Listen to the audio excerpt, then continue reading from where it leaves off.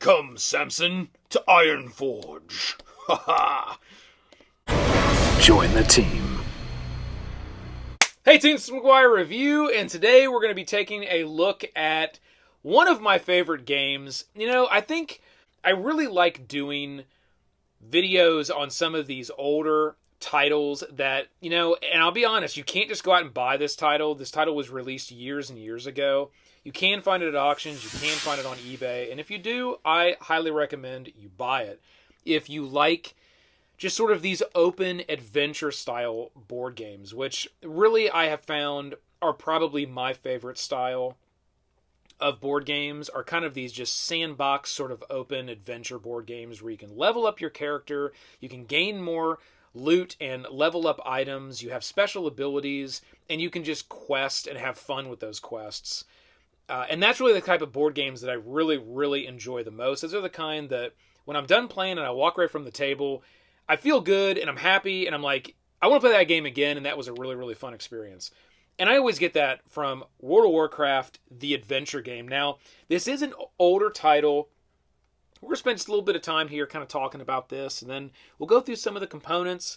We'll go through some of the gameplay. This is really just one of those videos to explore something from the past that maybe you've never played, maybe you've seen it, maybe you have played it, and this kind of bring back the memories, and you can dust it off and pull it off your shelf if you still have this game. So this was an officially licensed game from Blizzard and Fantasy Flight.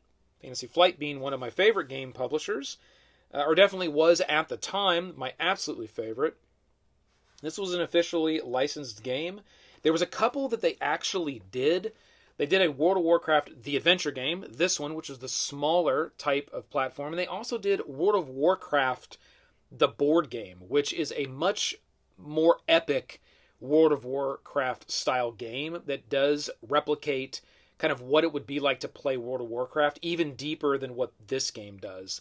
And we're going to be having that on the channel here coming up probably next year as we get into some of these older titles, because, again, I've got so many games in my collection that, you know, some of these newer titles, they come in and they go out, or they come in and I'm like, you know what? This is just the same thing as this other game. It's just kind of updated artwork and reskinned, but it's just sort of the same thing as this other game. And frankly, I just like this older game better.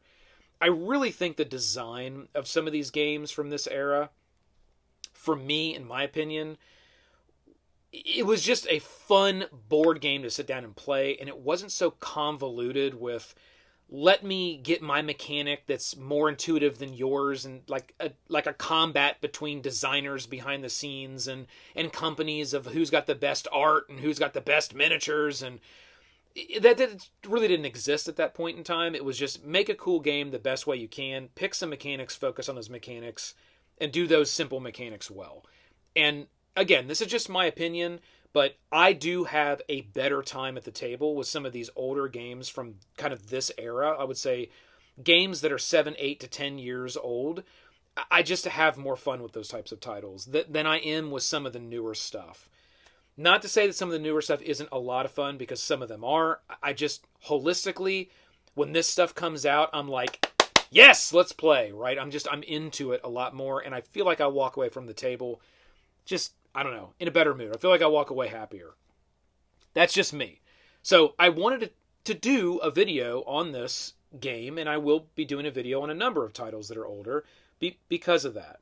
Okay? So this is a 2 to 4 player game. It's not designed to be solo, although you can kind of play with the rules a little bit. And, you know, I even kind of created my own way to use these tokens, kind of like Runebound 2nd Edition, which this has got a Runebound 2nd Edition feel to it, and I really like Runebound 2nd Edition.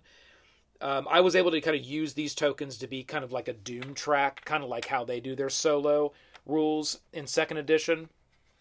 I don't even know if those rules might have came with a like an expansion or something. It's not with the base game, if I remember correctly. That solo Doom track variant came, I believe, with like a small box expansion for that title. This was years ago. I can't remember, but at one point in time, years ago, I did create kind of a little Doom track way to play this game solo, and it worked pretty well for the most part. It wasn't perfect by any means, but it was still fun, and something that you can I was able to whip through fairly quickly from a solo perspective. But it's really designed to be that 2 to 4 player game, and it is a little bit of a longer game. It's set at 90 to 120 minutes, and I would say it takes every bit of 2 hours to play this game. If you're playing with 4 people, it's probably going to be longer than 2 hours. Let's just be honest. It's going to be longer than 2 hours, more than likely, and unless people really know what they're doing. And we'll get into that because there's some fun aspects of this board where you can kind of chain some of these quest adventures together to very quickly get the valor points that you need to be able to win the game. If you do get enough of these points, you have to have 8 or more to be able to be the winner, and you'll achieve those through questing. Once you get 8 or more, you then are at that point the winner. And there are ways, if you know what you're doing with this board, to kind of chain those things and stack them up and make them happen faster than what you would normally do. So if you're playing with a bunch of people that know this game and this board well, you're probably going to really hit that 1.5 to 2 hours, no problem. Otherwise, plan on a much longer session because of just how everything plays out. But again, it's a lot of fun, okay? So what we'll do is I will mention kind of how the round or how the game is sort of played, and then we'll kind of get into some of these components. You can see kind of how they interact with the board. The only one thing I will say is this miniature right here does not come with the game. The game does come with really fun miniatures that are modeled right off of iconic World of Warcraft characters that are in the game. Bourbon Fang here does come with Samson the Bear. Samson the Bear was not included in the game, which I wish it would have been, but it was not at the time. So I add this little Samson the Bear in that's scaled about right from that initial intro scene from the original Vanilla WoW. It may actually still be there, I'm not sure. But the original Vanilla WoW had this intro scene of Bourbon Fang kind of running through the snow with Samson the Bear as they were kind of going towards Ironforge. Which was a really cool, iconic scene, so this scales about right for that. So I use, whenever I'm able to activate Samson the Bear, I pull Samson the Bear out with Bourbon there. I think that's kind of fun to do. A little deluxeification there of the game. All right, so quick reference. The game really plays out quite straightforward, okay? There is 4 things that you're going to essentially do when it's your turn. You're going to do the movement phase. And the movement phase is going to include just this single blue die right here. You're just going to roll that die, and that die will have a number on it, and it will tell you how many spaces you can move. Now, let's say it's 3. You could just move 1 space if you wanted to, but this says 1, so I'm kind of limited there. You can choose not to move, and you can choose to stay right where you're at as well. There's nothing wrong with that. And you may want to do that for a number of reasons. There's also going to be some little symbols on that die. And those little symbols actually provide the amount of energy that will be available to you on that turn. And that will come into play when you get to your ability cards for your characters. There are 4 characters that come in the game, and they are all completely different. That's another thing that makes this game really fun and replayable, is that every one of these characters are totally different in the way that they play, and they're totally different for the class that you're getting and the abilities that come with that particular class. Like Bourbon Fang is like a hunter class, so he's going to have a lot of things to escape things, throw down traps, trick his opponents, things from that perspective. Poison arrows, cool stuff like that.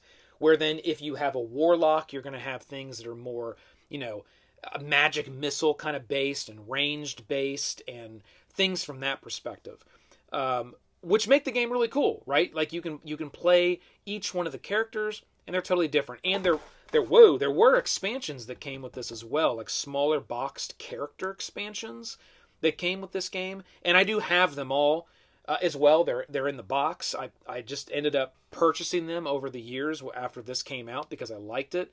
So I have all of those as well, and each one of those characters are completely different and a lot of fun to play with. So that's how this dice is going to work. It's going to tell you how far you can move, and it's going to tell you how much energy you have on your turn to use the different abilities that you have available to you at that time. You're then going to get your exploration phase. So after you have moved or you have not moved, regardless of that, you will then have to resolve all the discoveries that are on that tile. Now, discoveries are these little tokens right here, okay? There's a big pile of them right here. These will come out on the board when a player decides to activate a resource that is on these. And we'll talk about the resource here in a second because that's the next kind of thing we're going to deal with. Right up here on our map, it shows us all the different types of resources. And there'll be shots of this on the side-by-side and whatnot, but there's a nice little diagram that shows all the resources that can be printed on these different spots. And one of them will be this. And when a player decides to activate that, they can choose one of these chips, and they can look at it. And some of them are good, and some of them are not good. They'll either have a red or a green backing with a little icon. And those little icons are right here. Okay, so you'll want to have this sort of out. So really, this is a fantastic little reference sheet for how to play the game. Just leave that out for the players to see. They can see all the icons. And it may be something you can place this anywhere you want on the board, any spot. So you may decide to place it next to another player. That player, and it might be good, but that player might think, oh, it's probably bad. And then they'll stay away from it, and then you go get it later. You can play it. You can place it right where you're at if you want to try to like obtain this and get this, or right near you if you want to try to get this if it's a really good thing. But regardless, if you're on a spot that already has one of those placed down, you have to interact with that first, okay? So you'll flip it over, and it'll either be something that will be bad for you or it will benefit you. You'll look here, and this one actually says disease. It says place this on your character card. Your maximum health value is decreased by 1. Not great, because these characters don't have a large amount of health. The barbarian here, Orc, has the most at 6. The rest of them are around the 4-5 mark. So they don't have a lot of health, so you really kind of have to watch yourself. You don't really die in this game. You just kind of respawn just like you would in World of Warcraft. You do lose some benefit, right? It's not something you want to do, but it's not detrimental by any means. So you decrease your health by 1. Discard this token the next time you are defeated, or if you activate a large healing potion resource. Then you can get rid of it. So this would have been a disease, okay? So after you land on a spot, you interact with anything, the token that is there, then you would go into challenge phase. Now, there's a number of things that can happen in challenge phase. If there's another character in your same location, and again, this can't be in a city. It would have to be in one of these like little spots. It can be in one of these smaller circles. These are like just areas within World of Warcraft. And that's cool because all these areas, if you play World of Warcraft, you're going to know what they are, which is a kind of a cool thing as well. You can't ever fight inside of like the bigger circles, which are the cities like Ironforge and Stormwind. So awesome. Okay, but let's say that there's another character in your spot. You could choose to fight that other character. So there is straight up PvE and PvP in this game, and the game is designed to be like that. It is a PvP game. Whenever you are in a spot with another character, you're probably going to fight that other character, because if you win, you can take one of their items. You can maybe keep them from getting some valor point that they're trying to do. Like, you are trying to keep them from completing their quests. And quests are things that are common knowledge. They are not hidden in any way from anybody. You get a quest, you put it face up in front of you, and everybody sort of knows what everybody's quests are. It isn't a secret by any means. Okay? So you can fight a character. Combat with the characters is kind of the same as combat with anything. It's very simple. That's where these dice come in. We'll explain that here in a second. You can also encounter the spot. Okay? Now, the encounter for the spot can be a couple different things. Let's say that someone in a prior round, maybe even you, got an encounter and tried to defeat it and did not, because you only get one shot. It's kind of a fight back and forth, and it's either defeated or it's not. If it is not defeated, you'll put one of these tokens down with a number on it, and that's what this track this is what this track right here is for. You'll see these numbers 1, 2, 3, 4, 5, and I've kind of got some things already set up. And you'd say, oh, well, this is the 2, so it's this great Gortusk beast that you're fighting, and I didn't defeat it, so you'll put it there in 2, take the token mark 2, and you'll set it there in a spot, okay? And anybody else that goes there can choose to fight that, because at any point in time you can look at either side of this card and see, well, what does the old Gortusk give me if I'm able to defeat it? Oh, well, it gives me the Azure Silk Raiment Armor. Armor of 5's got a little ability on there, and I can tack that onto my card and have a better armor than my base armor class. Okay? There's all kinds of cool items in this game you can obtain. Another thing I really like is that you can actually attach things to items as well. So you can not only get items, but you can upgrade items, which is really cool. Okay?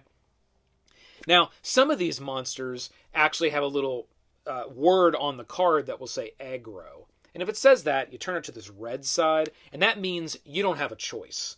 If you go to this spot, you have to stop at this spot, and you have to fight that thing when you go to an encounter. If there's another player there, doesn't matter. You can't choose to fight the player. You can't choose to do the color of the encounter of the spot. That's the last thing that you could possibly do. You have to do the aggro attack if it's red, okay? So the last thing you can do is just saying, I want to straight do what is on the actual color of the spot. Now, before all of that, because I skipped something here that's important, in the exploration phase, after you do your little token, you then, before you get into any challenging, you will do the resource from the spot. So on every one of these spots, there is a little icon, and we talked about the little icons up here. They do different things. You can heal. Some of them are scrolls, which will allow you to draw some of your special character abilities. Okay? They do a number of different things. You will activate that first. So that is one nice thing about this game, is every time you move to a spot, you'll kind of gain the resource of that. It's a little backwards than what you would think it would be. You'd think you'd have to defeat everything in that spot first, and then you could gain the resource of that spot. It's actually the opposite in this game. You gain the resource in that spot before anything else happens, right? So anything that's printed on the board on that spot, you're going to get that as part of the exploration phase. You're then going to go into the challenge phase. So apologize for the little back and forth there, but that is an important concept to understand. And then the last, obviously now in the challenge phase, you could do that, the color of the spot. Now this is where the game gets really fun from a leveling up and questing perspective, is you'll see that there's a green, gray, red, and yellow, and those correspond to the colors that are on this board as well. Okay, let's go ahead and get this out of the way. All right, they correspond to the colors that are on the board. Actually, you know what? I'm blocking Bear. Let's go. We can take this down. We know what we're looking at now. Okay, let's get this out of the way. Bear, sorry about that, buddy. You're now in. It's not Samson the Bear. This is Bear the Bear. Okay? Okay? So, you've got your 4 colors. They correspond to the board. And depending on where you're sitting on that board, that is the type of encounter that you need to interact with. There's a number of things in here. Now, I will say, and you can't just go to any of these colors that you want to. This is where the leveling of your character throughout the game comes into play. So let's look at Burbang Fang here as an example. There are 4 cards that you will get with every character, okay? And they are double-sided as well. And those cards will correspond to these colors as well. You get a gray, a green, a red, and a yellow. You will start at gray. You will then level up to green. You will then level up to yellow. You then level up to red. You cannot enter a space that is outside of that is a higher level than your current character. So if you're a level yellow, you can enter a yellow, green, or gray space. You cannot enter a red space. All right? It's pretty intuitive. Basically, you can only go to an area that is equivalent to your character's level. Very much like World of Warcraft, you don't want to go to an area that is beyond the level of your character. And I believe originally, I don't know if this is correct or not, but for some reason I remember originally when World of Warcraft first came out, depending on the level of your character, I don't even think you could actually enter certain areas if your level wasn't high enough. And then I think they changed that where you could basically roam everywhere. You would just basically die within one hit if you were in an area that was well above your character. So that's how that's kind of replicated here, is you really can't go to an area that's beyond the level of your character.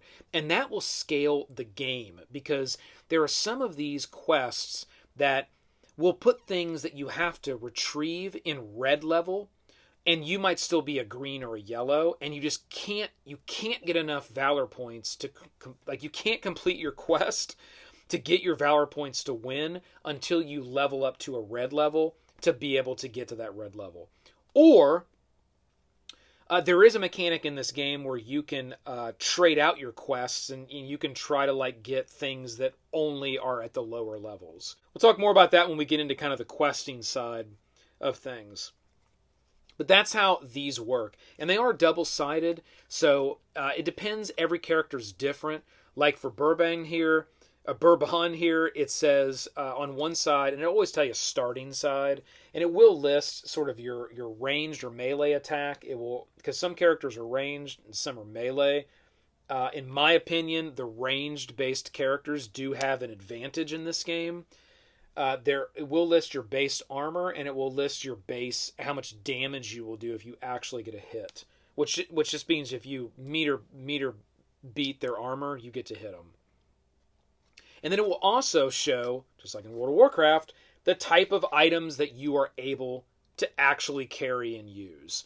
Now, there's you can carry items that you aren't technically able to use, but you can't use them. You can't do anything with them, okay? And there's reasons for that. Your bag is kind of unlimited. Everybody will have these tokens, these little bag tokens. And as you pick up items and gain loot, you'll either equip it to your character or you'll stick it in your bag, right? And you'll hold it and carry it around. Then you might offload it when you go to a city for one reason or the other. Or there may be a quest that has you say, hey, like, get rid of this many items and in this location. There's all kinds of different quests that are in the game. And then here on the other side, it says, during your maintenance phase, you may discard a beast encounter from your bag to flip this card. So if I can take out a beast and discard that encounter at the end of my turn, then I can flip this card over, and now I got Samson the Bear. And when I have Samson the Bear, it says receive +1 defense.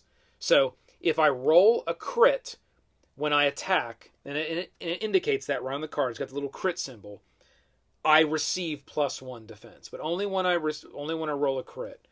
Okay, but that can be very beneficial. So for this character, I always try to get Samson the Bear out, because having that extra defense makes a big difference.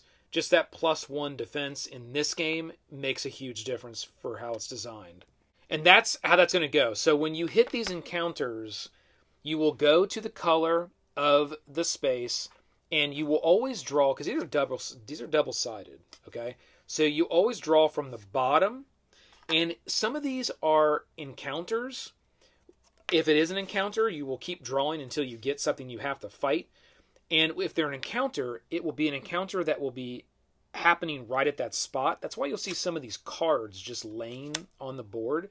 These are all times when someone triggered an encounter and it said, hey, at this location at the board, at Ravenhold Manor, this thing is going on. Right? It's an event location. So for example, this one says, place this card on Ravenhold Manor. A character encountering this card may discard a green level item or higher to roll a combat die. All right? So if you want to do that. And it's just if you want to do that, right? So it's just an event going on at that location. If you roll a 1 through 5, you may discard any one encounter from play. So maybe there's an encounter that you don't want out there. You can discard it. Maybe it's a global encounter you don't want. That's the other type of encounter. We'll talk about it in a second. Or if you hit a crit, you can flip this card and immediately battle it. So if you hit a crit, you flip it, and it's, oh, God, it's a Ravenhold Assassin, right? Human aggro. And he does have an ability. This encounter receives +1 attack. Then turn it is... Oh, okay. It receives +1 attack the turn it is flipped, okay? So only right when it flips over, kind of like a surprise attack maybe. That's how they're kind of replicating that. but the reward is 2 yellow items. So if you take this enemy out, you get 2 level items, and that basically just means go to the yellow deck. It's always the level of the card you're defeating, and just draw until you get 2 items. Those are 2 items you get. So that could be really, really powerful. Okay. You could also have a global event. There's a little spot right here for the global event. Here's one right here. It's a green level global event, and this affects everybody in play. It affects the whole board. And these events will actually change the rules of the game. There'll be things that it will affect, and sometimes it affects the game if you're a Horde player or an Alliance player. So I'll say right there, it is a better way to play this game to balance Horde and Alliance players. If you have 2 players or 4 players, don't everybody play an Alliance character. Balance your Horde versus Alliance characters, because these global events a lot of times will do things where, I'm not sure, let's see if this, okay, this is a good example. This one is one of those. It says when a Horde character draws ability cards, he draws 1 additional ability card. That's really powerful, and that just happens, right? It's just always in play. When an Alliance character ends their movement phase in the ruins of Dalaran, flip this card. So that means one of these Alliance characters better get to that spot on this board somewhere and end their movement there to be able to flip this card, and then it's the opposite of that. Whenever an Alliance character does an ability card, they get to draw another one. So these global events will be in play until another global event comes out and overrides it. Or some of the global events actually have things to be achieved, and once they're achieved, they're usually more grander things, then you can get rid of this and just wait for another one to override it. But normally, just because of people drawing, because they're hitting these spots, a new global event comes out before usually some of these ones that are more grand. And that's an interesting concept as well. Someone that's working on one of these global events, and then all of a sudden the global event switches out. It's like, all right, it's kind of done, right? It's over. So that's another strategy. Don't waste your effort working on global events. If you can work on a global event while you're working on your quests to win the game, good. I don't recommend going off, page and trying to just achieve global events, because it's probably going to switch out before you're able to actually achieve it, if it's one of those types. Okay? All right, so we landed on the yellow. I drew one of these cards, and it is something to fight, so that's where I would stop, and I would say, okay, it's a secret gallant. It's a humanoid. If it rolls a crit, it cancels this battle, and the battle is over, and then it would become one of those, like, okay, it's not an aggro, so it would become one of those, all right, it's a battle that just ended, and it's over, and I didn't get anything, so I'd put it in the 6th spot, because that's the one that's next available. I'd find 6 number token. I'd put 6 number token on that spot, okay?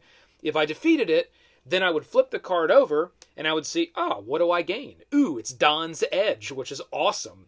It's a axe that looks sweet, and it does 4 on its attack damage, which is pretty high. And also, if I roll a crit, I receive +2 defense, and this does have one of these little icons here that I have to then look at because some of these cards don't have this icon, and it can be used with any character, but this one actually has the little heavy sword icon, so I'd have to look at my character and be like, yep, I've got that icon, so I can actually use this item. Okay, it doesn't just can't just hold it in my bag and have to get rid of it. I can actually use this bad boy. Okay, and also all of these cards will have a little tiny icon. Not all of them. I don't think all of them, but most of them have a little tiny icon to the side of them that will have an image of some kind of like little potion.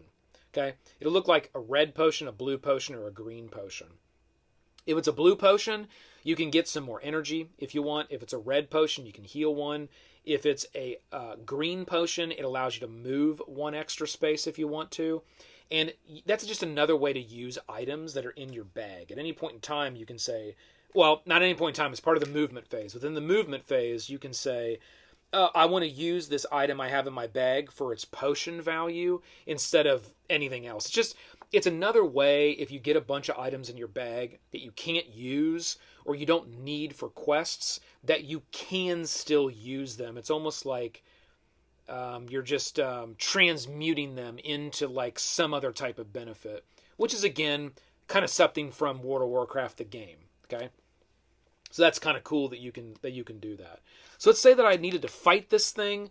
I would then roll these 2 dice. Now, technically, per the rules, I would roll the red die, and my opponent. That's the way we normally do it. I take the red one, and the opponent takes the black one here, and they would not your opponent, but just the person to your left would. Well, it's technically your opponent would roll this for the monster, and you would roll that for the hero. Generally, just the person that his turn is, you just pick the dice up and you roll the dice. That's generally what we do. Just 2 ones, awesome. That's about what I roll every time on a d6. That's generally how we, usually play. You'd roll these dice, and then what you would do is you compare the values. So the hero there rolled a 3, and the enemy rolled a 5. So the first thing you would do in combat is you would see, was it ranged or melee? This character has just melee combat.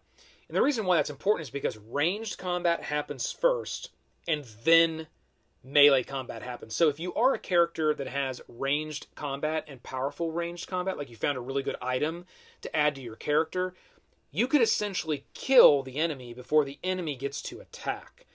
Because it is kind of a simultaneous attack. So if you're both melee or you're both ranged, you're both attacking each other at the same time. So it doesn't matter if you do enough damage to kill that enemy still damages you. But if you're ranged and they're melee, you may be able to attack them and kill them before they can do any damage to you whatsoever. So to balance that in this game, generally melee attacks do more damage, and they're more apt to hit than ranged attacks. Okay? But that's why I said earlier that the ranged attack in this game, in my opinion, feels a little OP'd, because if you get a really, really good item and you're able to keep that item, you're going to do really well against these encounters. And whenever you find a player across the table that is base ranged, or they just pick up a ranged item, because, it doesn't matter if your base is melee, you can switch over to ranged if you want to. If you pick up a really good ranged item, you may want to go get that character and try to kill them, so they'll lose that item. Because when you die, any items that are attached to you kind of go away. You don't lose items that are attached to items. Like if your item has been upgraded, you can keep the upgrade, but you lose the base item that you're rolling with, right? And that can be kind of detrimental to a player if a player has a really good armor and a really good weapon. You're gonna lose that. That can hurt you pretty good. Okay, so that's kind of another strategy in this game. So since I'm ranged and they are melee, I'm gonna get to attack first. Now I didn't roll great. It's a 3. Let's say, well, I would have been a yellow. Let's make it real for what this kind of scenario is here. I'd be yellow. Okay, let's say I was on the side of Samson, where if I'm yellow on Samson, I get +2 to defense versus +1. So as you level up, you do get more powerful as well on your character. As far as your ability cards for your character, every character comes with a whole stack of ability cards. Those are all kind of accessible to you from the beginning. There is a hand limit, and some of these cards will limit your hand limit as well. But those don't really change. You do get to draw more when you level up, but you are able to get to kind of all your skills even at the lowest level in the game, which is nice. So we got range of 2. That's the base. Okay. Now let's say I didn't have another weapon attached to Bourbon here. I would just have to use that. So you take 2 plus 3 is 5. Their armor is 6. So I didn't actually hit him. And if I can't hit him, I can't do my damage of 2 damage. And every one of these encounter enemies, if you hit them, they're dead. Okay. So I can't do it. So ranged is over because this enemy is melee. So this enemy is melee. So 2 plus 5 is 7. My armor is only 4. So it actually got through my armor, and it's a heavy hitter. It does 2 damage. So it just did 2 damage, and it hit me. I didn't kill it. So this is an example where the encounter is now over. I didn't get the item. It goes off there. I go here. I look for chip number 6. I find it. I put it down, and I put my character right there. Now, upon my next turn, I can say, you know what? I really want that axe. So when I get to that, challenge phase, I can decide to fight that thing again versus fighting something new from this space. However, because I get my resources before that fight plays out, I am on a spot with a book and a large healing potion. I would definitely do the large healing potion because the large healing potion heals 2. So that's what I would do on my next turn. I'd heal 2, and then I'd go into probably that combat again. All right, we're not going to go through that whole turn, but that would be the entire turn in all of the phases outside of kind of the standard ending thing, which is your maintenance phase. So that's not actually accurate. Okay, we got a maintenance phase, and that would be the end. So in the maintenance phase, you are going to essentially do the things that you kind of clean up at the end of the round. You would attach items to your character that you wanted to. You might swap things in and out from your bag that you might want to. You could possibly fulfill quests, maybe that now you have everything you need for them, whether it's a travel quest or, you deposited the items you needed to deposit at the right spot on the board. You could do all that there in the maintenance phase. Your turn would be over. The dice would be passed to the player to your left, which would then go through that as well. Now, I know we took a long time to kind of talk through 4 very quick phases, but the reason is because I'm talking through these phases, but at the same time, I'm kind of trying to explain the game and explain the strategy of the game and different things you can do in the game. Again, this is not a review video. This is really just a have fun and look at something that was really cool from years ago. And if you see it, I highly recommend that you buy it. And I think you'll have a lot of fun with it. Okay, so that's how that game works. That's how we actually kind of went over everything. Steps of combat, we went over as part of that example. We also went over how characters are defeated and what happens as part of that example. We went over the track as part of that example. We actually hit the discovery tokens as part of that example. So we really hit everything sort of going through that, as well as the levels. I think we hit pretty much everything in the game. You will start the game out with two starter quests. They have a different backing than this. They're right here. They have a gray backing. You will shuffle those up, and every character will start with 2 of them. They generally only provide 1 valor point each.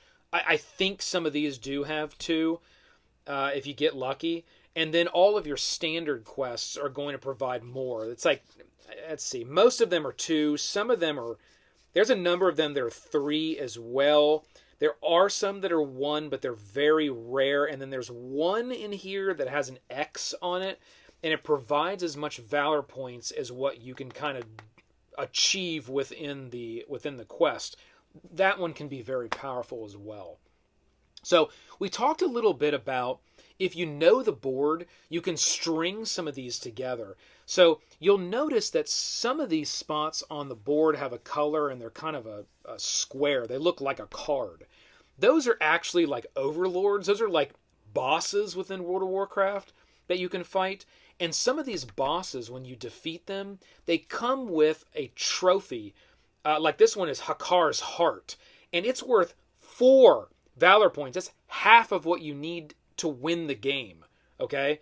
So you can do things like getting to a certain level, and because you get to a certain level, because some of these quests will say, be the first to achieve yellow level, or be the first to achieve red level. And if you kind of spin through, if you get one of those, and you're the first to achieve red, you'll get like 2 valor points, and you would have already completed at least one of your valor, your quests from your starter. So now you got 3.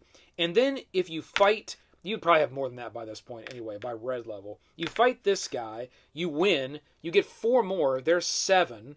Then you go off to Booty Bay, and you figure out how to get like 1 more in Booty Bay. So if you get to Booty Bay, receive this card when you discard 3 items with matching potion icons at Booty Bay. So that, I think, is the best way to win, is get to red first, defeat Zulgrub, get the Heart of Hakar, Then go off to Booty Bay, deposit 3 items that have the exact same potion icon on them, get 1 more Valor, and you've won the game. So there are ways, if you know the board, to kind of string a strategy together, but it doesn't mean that that's actually going to work. Like, it might not happen, it might not work, you might not be able to pull it off, someone else may beat you there. So, don't take that from the board can be defeated just by going that track. If you get lucky, yes. And everything works out in your favor, yes. But it doesn't mean that that's the way it's going to go. And more than likely, if someone else is a seasoned player and they see you going for that track, I'm going to be coming for you with Samson the Bear, okay? And I'm going to stop you from doing that. Like, I'm going to come to you and try to defeat you and knock off your armor and your items that you've acquired, because these overlords are harder to beat. You got to have better weapons and better armor, or you're going to lose against them. They're much more higher powered. 4 attack and ranged, 8 armor, 2 damage, and they usually have a strong ability where it's like +1 to all of those things on top of even that being that hard. And the only way you're going to be able to defeat this thing is if you're also ranged, you've got a great weapon, and you've got a good armor on that can sustain a big attack against one of these. Okay? So that's just how that kind of goes. It's just the way of the quest. All right? So when you think about this game, it does have a lot of those mechanics of, like, you've got a character, you're leveling up, you're gaining items and loot, you're upgrading those items, you have a fantastic mix of tons of different abilities that can be used for the character. And with these ability cards, some of them have like a little line on them, and if you're a certain level, the card is even more powerful, which is really cool, and also very representative of how World of Warcraft works. You can use lower skills, but if you're a higher level, they are more powerful, and you gain extra things upon that skill, which is really cool. And I love all of the aspect of the eagle, of the monkey, concussion shot, serpent sting. I mean, it's all the stuff straight out of the game, and the different hunter skills and traps and little bombs and different things that you can get with this particular character and class. So that makes that a lot of fun, and you can use these when you are taking your turn, right? Based, again, when you roll that die, how much power you have for that turn. That's, how much of these you can end up actually using, which is nice. There's some other minor rules, like if you get attacked, you always have 1 energy available to you as the defender, and the defender sort of breaks all ties as well if somebody attacks you. So just some little nuances there, because obviously if it wasn't your turn and you got attacked, you weren't rolling the die, so you wouldn't have any energy. You always have 1 energy available to you. So you can go to your cards and hopefully you got at least something out there. That's another strategy. You want to always keep something out there that only requires 1 energy, that's kind of defensive, just in case you get attacked on your turn. But the thing that I think makes this game really great is the fact that it is so quest-based. I mean, you really are going on this awesome, long adventure, and it's all about the quests. You can't win unless you optimize and you really achieve your quests. If you just get into, I move here, and I want to keep fighting enemies, and I want to get another weapon, that might help for some of your quests, but if you're not focused on achieving what is on the quest cards, you're not going to win the game, period. Like, this game is all about the efficiency of achieving your quests, just like it is in World of Warcraft. And I absolutely love that. They did such a fantastic job in this game in building these quests and how you go about these quests, and it really is a lot of fun.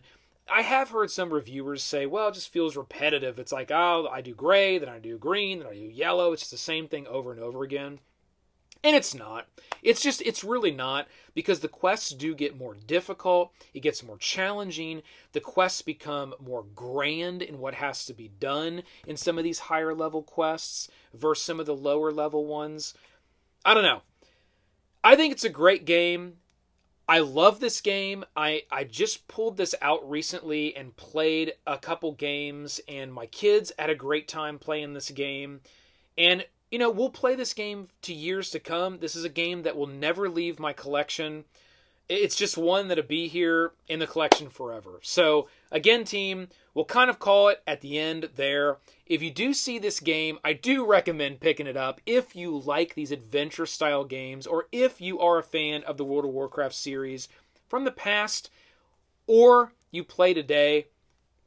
This is where it's at. It's highly fun. Look forward to, as we go into next year, we're going to do the big epic-style game as well, and that'll be a lot of fun. So if you're interested in that, hit that subscribe button. Follow the channel. If you're interested in newer games, we're obviously still going to have some of that stuff in the future, but we are going to do a lot more of these older, just super fun titles, and just, you know, have some education about them and pull them out and dust them off again. There's definitely going to be some people watching this video that are going to remember this game and be like, yep, that was fun. Or maybe you remember this game and it wasn't fun. Like this was not your kind of thing, but it definitely is one. So hit that like, hit the subscribe button, join the team, keep rolling them crits. This has been the McGuire Review, and we'll see you next time.